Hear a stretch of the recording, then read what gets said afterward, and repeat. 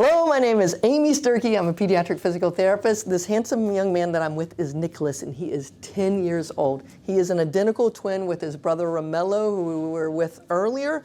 And quick history on him: he was born at 33 weeks gestational age, 3 pounds 14 ounces, and he has status post ventricular septal defect repair, also has pulmonary insufficiency and stenosis. He has ADHD and some learning disabilities. We're working on balance though.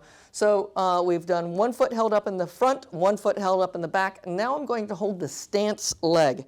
So on this activity, I hold one leg and he picks up the other. He's gonna hold it up nice and high.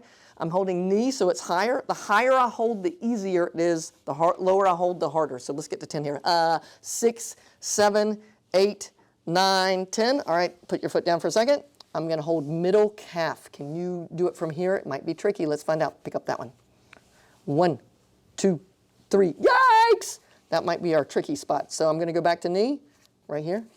1, 2, 3, 4, 5, 6, 7, 8, 9, 10. Now this is where it's tricky for him and he's still successful, so this is where I'd practice it. If he was having a harder time, I'd hold up higher. Sometimes I hold at a knee and a hip. If this was super easy, I'd hold lower and lower on his foot. But right there at the knee is the perfect challenge for him. Nickolas, you are really good at these games. I hope these are good games for you. Don't take any equipment and great to work on balance. Hope it's helpful. We'll see you next time. Thanks a lot. Bye-bye.